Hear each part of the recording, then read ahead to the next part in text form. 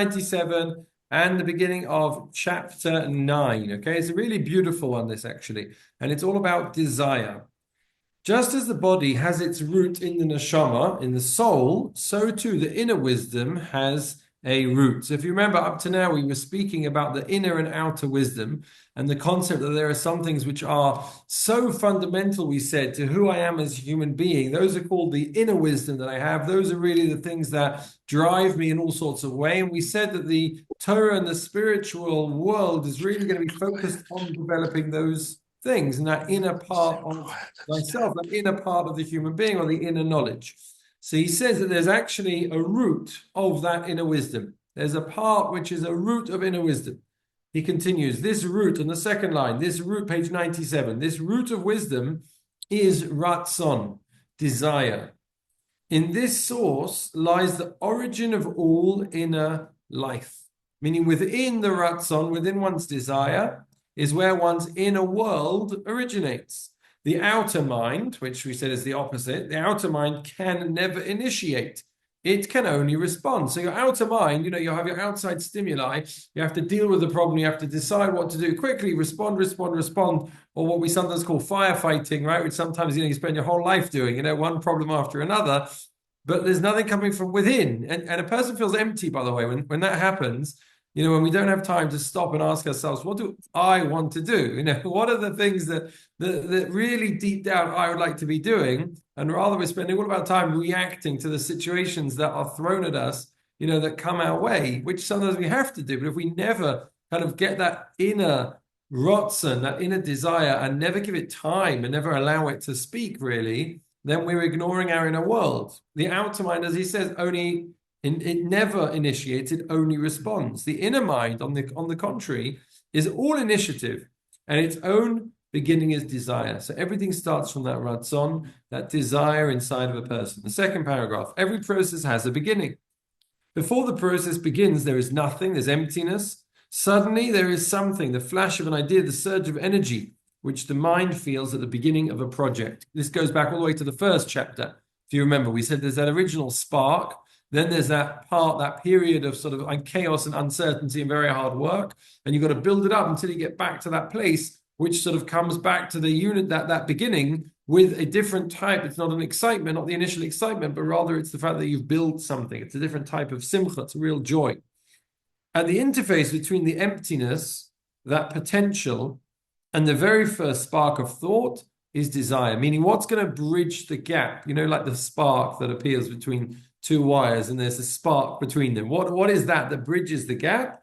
That is desire. That takes you from the emptiness, which is all potential, and then brings you to that very first idea, that very first move and step forward. That is called ratzon. It's called desire. It is the motivating energy of bringing something into being from nothing. Of course, it is infinitely short-lived. Once we become aware of the thought, it is present and already formed. But the moment of flashing in leaves a residue of energy in the mind, a high, and we can savor it briefly. That's the point at which a person, the idea drops into a person's mind. They say the penny drops, yeah? The Einfeld, the idea falls in and the person's like, that's it. That's what I want to do. That's where I want to be. It's when a person is on a trip and sees something which is so inspiring and so incredible, and a person says, this is truth. This is what it's really all about. Those sort of moments in life is where one's inner ratzon, one's inner will really comes to the forefront. Got to treasure those moments. Page 98, before anything can happen, it must be motivated. And that motivation is ratzon. It's desire or will. It is the flash of conception. This ratzon is a mysterious force in the mind. It is the source of all inner life. The numerical value of ratzon, the gematria, is also that of makor, which is source, right? So they have the same, the letters add up to the same, which shows that deep connection. The ratzon is the source. And also of shemoi, the same gematria, 346, which is his name, God's name, the ultimate source. No thought or action can ever be traced more deeply than to this point, i.e. to Hashem himself. No cause can ever be defined which underlies it, right? There's no cause to Hashem. It is the root cause, the deepest source of all outflow in the mind and the neshama.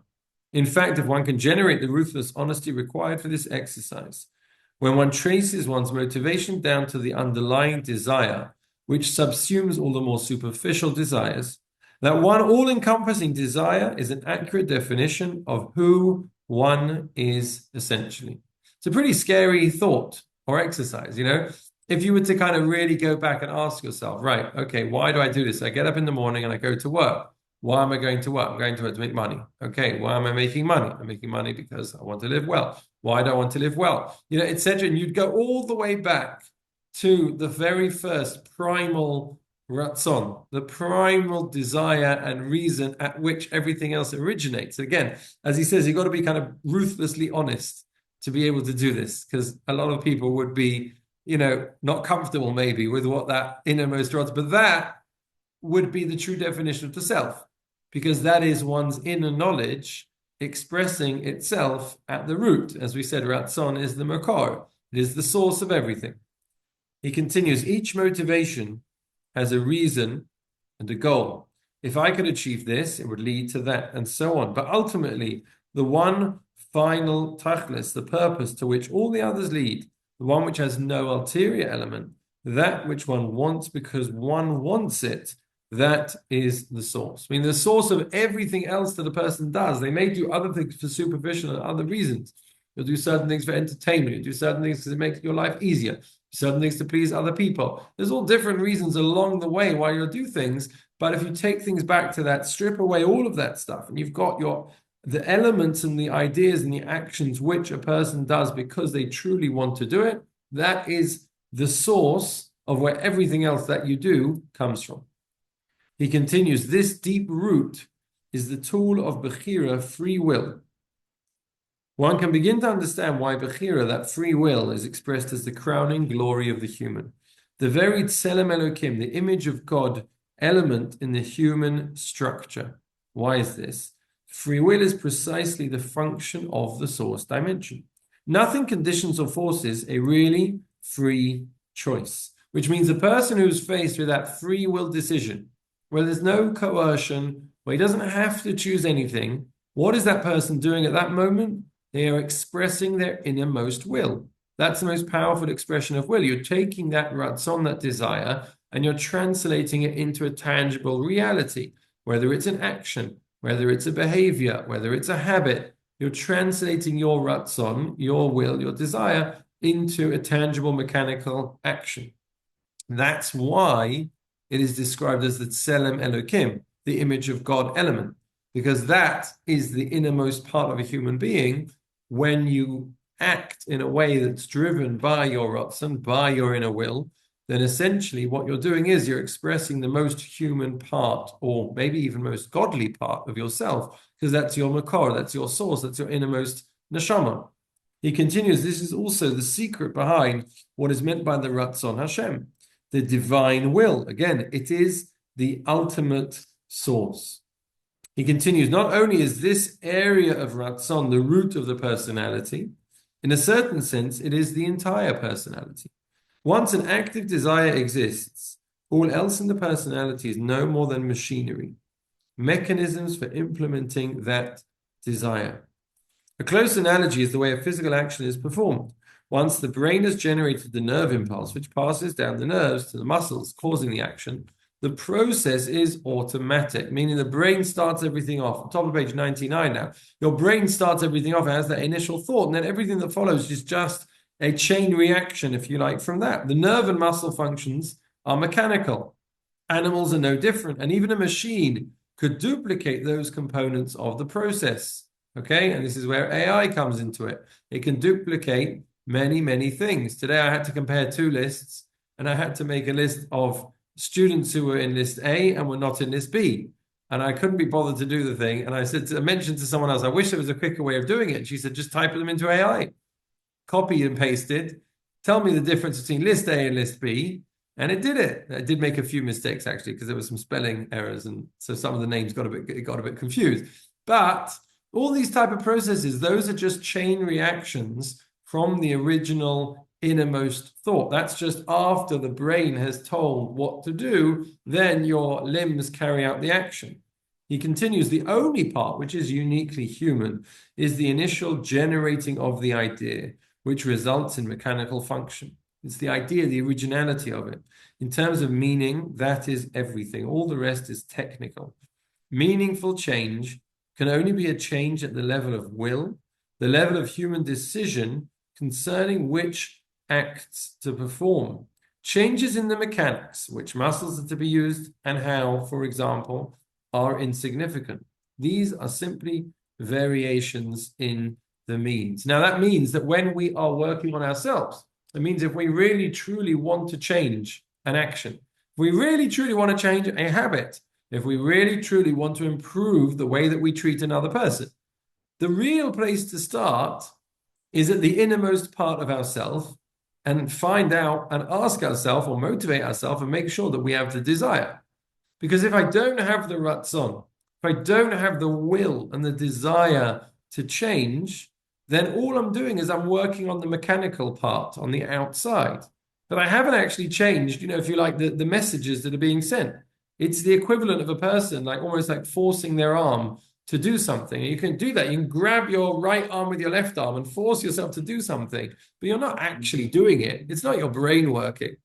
So unless a person has that motivation from inside, that ratzon, then that change is not really going to last because it wasn't a real change. It was a forced action. It wasn't a real change of the person because the person's inner knowledge hasn't changed.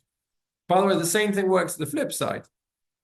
We've had a number of applicants to school, who come, students who come join us for the sixth form since the closure of Emmanuel. We've had even a few more. And a number of them say to me, well, I'm not at the level. I'm not sure if I'll keep up. And, my Jewish studies isn't as good as it should be and that type of thing.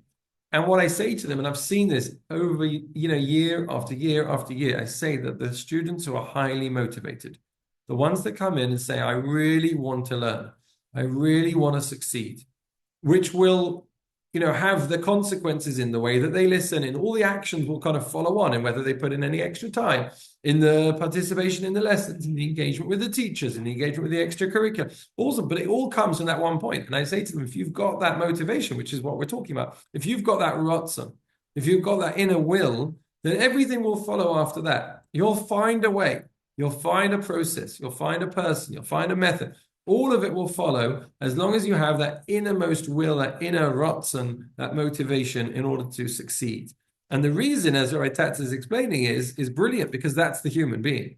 That is what you are. That is who you are as a person. So as soon as you've changed that, you are somewhere else. You're no longer the person who isn't good at learning and doesn't know and doesn't understand.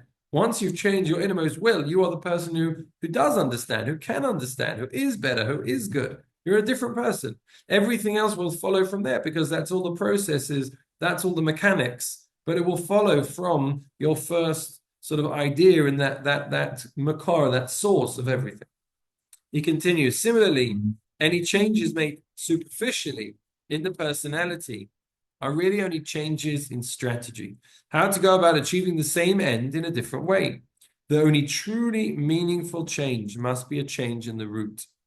The technical machinery of the mind and body are slaves to the goal, which is the ratzon. It is all too easy to make changes superficially. Often these changes reflect a stubborn and very effective method of avoiding confrontation with the core, with the real you. Meaning sometimes those superficial changes are just really avoiding what's going on inside. Spiritual growth requires that confrontation, meaning confronting one's real self. Difficult though it may be. The battle is to fight through to one's own core, to acknowledge it and lay it bare, to reach that interface with the root of the neshama which is beyond it and which animates and inspires it. This is maybe the work which sometimes people are almost a bit afraid of. Maybe it's, makes a person feel a little bit vulnerable. I'm learning with one of the members of my shul about parenting. And what comes up time and time again is we have to know what's motivating us. The parent that tells off a child, if they're being motivated by their own pride, because it doesn't make me look good because my child is not doing what I would expect the child to do, and the child is making me look foolish, then that is a bad parenting. That's not parenting at all, in fact. That's just satisfying one's ego, one's desire. If I'm telling the child off because I want the child to do something for me, that's not parenting. That is bad midas. That means I'm selfish. And the child is being used as a tool for my selfishness. Now, it's very easy to convince myself being a very good parent, being a wonderful parent. I'm telling my child what they have to do, putting my child in their place, making sure that they're going to be a mensch in the future and all of the wonderful things. But you're not. You're really not at all. You're being selfish. You're being arrogant. And that's all. And the poor child has to bear the brunt of it. If a parent is telling the child what to do because they care about the child, it's not about me. But this is going to help you when you're older. This is going to make a big difference to you when you're older. Then in that case, that is correct parenting. Then I'm thinking of what I'm supposed to be doing. I'm thinking of the child. That makes a very big difference. So again, all of these things, one has to really be honest with oneself. What is my rotzen? What is my innermost desire? Where am I going with this? We have to allow this to speak, really. We have to allow ourselves to interface with this part, because as he says, that is what makes us ultimately human. That is what connects our inner knowledge with our outermost actions. And next time we will continue with this when he discusses how this desire is going to affect our tefillah, our prayer as well. We're going to end there.